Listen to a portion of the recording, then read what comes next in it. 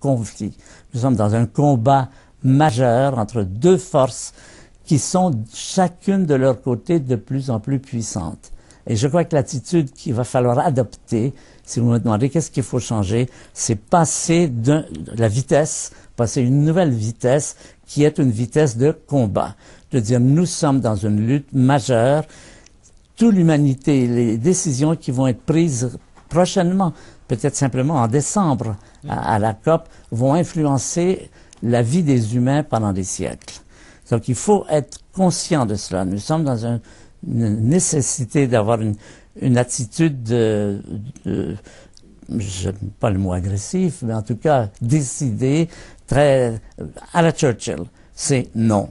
Ce conflit, cette bataille est une bataille qui a une dimension collective, qui doit être menée ensemble, et c'est peut-être un côté positif.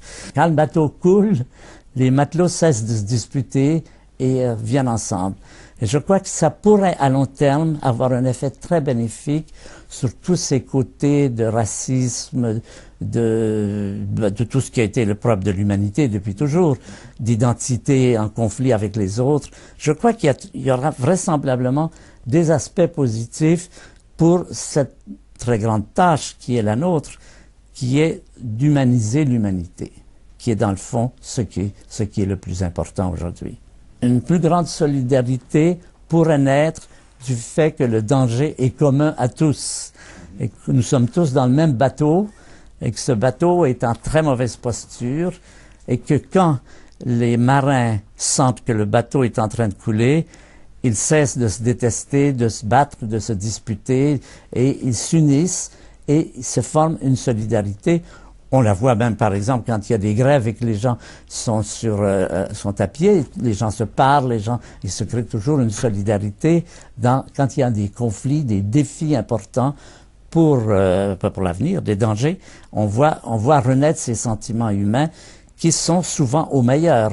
On voit comment les humains, souvent, tirent le meilleur d'eux-mêmes, leurs meilleurs anges, vous savez, comme l'expression de Washington, leurs meilleurs anges apparaissent quand il y a un danger commun et que chacun est obligé de s'unir et de dire on arrête de se disputer, on se met ensemble. Et à cela s'ajoute, alors j'aime bien la fable du colibri que vous connaissez sans doute, ce petit colibri qui, c'est un grand feu de forêt, il y a des voitures, des pompiers, tout ça, et des avions, et puis il y a un petit colibri qui va prendre une goutte d'eau dans un ruisseau et qui vient la déposer sur l'incendie. Et les gens lui disent, t'as quoi t'as l'air avec ta goutte d'eau? Il dit, je fais ma part. Ça, c'est l'élément important. L'élément important, c'est souvent ce qu'on fait, ça a l'air de rien, on se dit, c'est ridicule, le feu est si puissant, qu'est-ce que je peux faire? Eh bien non, avoir cette attitude de dire, je le fais. C'est passer d'une attitude de paix, je veux dire sociale ou entre les nations, à une attitude de guerre. Nous sommes dans une guerre. Nous menons une guerre, je ne sais pas qui disait cette jolie phrase, nous menons une guerre contre la nature, avec les insecticides, avec la déforestation. Si nous gagnons, nous sommes perdus. J'aime bien ce résumé. C'est pas si nous gagnons, nous perdons, c'est si nous gagnons, nous sommes perdus. C'est une étape de plus. Perdre, c'est une chose. Être perdu, c'est l'étape suivante.